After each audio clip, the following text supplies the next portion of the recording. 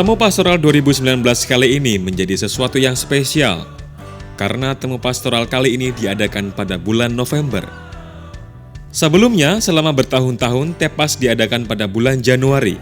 Perpindahan jadwal ini menjadi sebuah kesempatan yang baik untuk Dewan Pastoral Paroki dalam mempersiapkan program pelayanan yang baik dan sungguh bermanfaat bagi umat.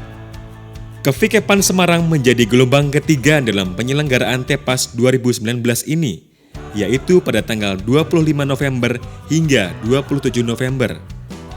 Bertempat di Pusat Pastoral Sanjaya Muntilan, kurang lebih 150 orang perwakilan yang terdiri dari Dewan Pastoral Kevikepan Semarang, Dewan Pastoral dari paroki-paroki yang ada di Semarang, lembaga karya dan juga komisi-komisi hadir untuk berdinamika dan berdiskusi. Salah satu sesi yang begitu menarik adalah tentang umat Katolik yang transformatif oleh Romo Dr. Ignatius Loyola Madyo Utama SY.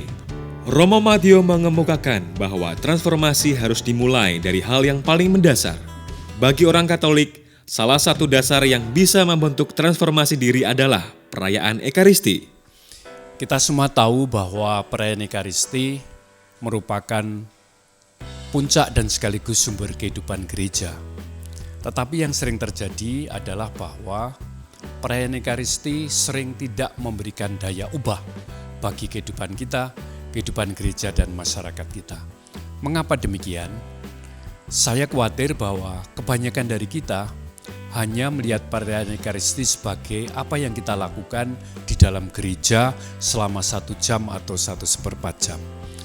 Sebetulnya kalau kita mempelajari dokumen-dokumen gereja yang tersedia mengenai perayaan Ekaristi, khususnya yang dikeluarkan oleh Santo Paus Yohanes Paulus yang kedua, yakni ensiklik Ecclesia de Eucharistia dan juga Surat Apostolik Mane Nobiscum Domini yang masing-masing dikeluarkan pada tahun 2003 dan 2004.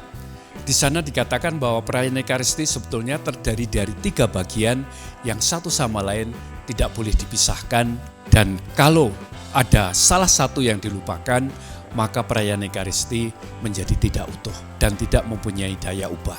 Almarhum Santo Paus Yohanes Paulus II mengatakan bahwa sebelum kita merayakan Ekaristi di dalam gereja, kita terlebih dahulu harus membangun sebuah komunio, sebuah persekutuan persaudaraan. Sebuah persekutuan persaudaraan akan terbentuk kalau para anggotanya saling mengenal satu sama lain. Bukan hanya mengenal nama atau tempat tinggal dan pekerjaannya, tetapi lebih-lebih mengenal pergulatan hidupnya. Dari saling mengenal itu, kemudian para anggota juga saling membantu satu sama lain meringankan beban hidup mereka dan mengembangkan pribadi mereka. Caranya dengan saling berbagi guna meringankan beban hidup mereka sehingga tidak ada salah seorang pun yang berkekurangan.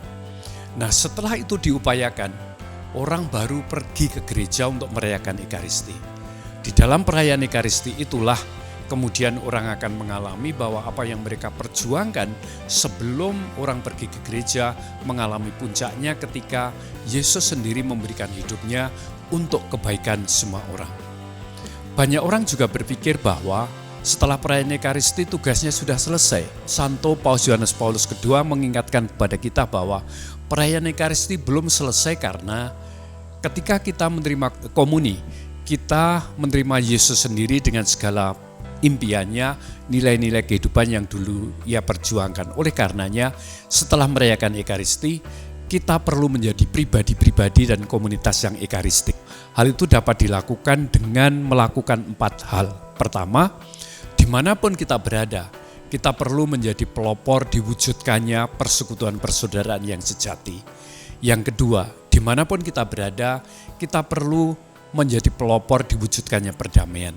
Yang ketiga, dimanapun kita berada, kita perlu menjadi pelopor diwujudkannya solidaritas. Saudara-saudari sekalian, kalau perayaan Ekaristi kita pahami terdiri dari 3 bagian itu, dan tidak satu bagian pun yang kita abaikan, maka saya percaya bahwa perayaan Ekaristi sungguh akan menjadi puncak dan sumber kehidupan kita, dan perayaan Ekaristi akan menjadi daya ubah dalam kehidupan kita, dalam keluarga, dalam masyarakat, dan di dalam gereja kita.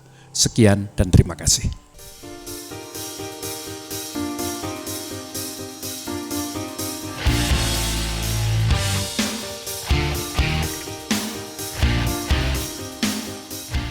Keuskupan Agung Semarang mengharapkan bahwa tepas kali ini akan sungguh membawa segenap pelayan gereja, baik para imam, suster bruder, dan para awam untuk dapat membantu umat Katolik di KAS dalam proses menjadi pribadi yang berubah dan mempunyai daya ubah menuju kehidupan bersama yang lebih baik.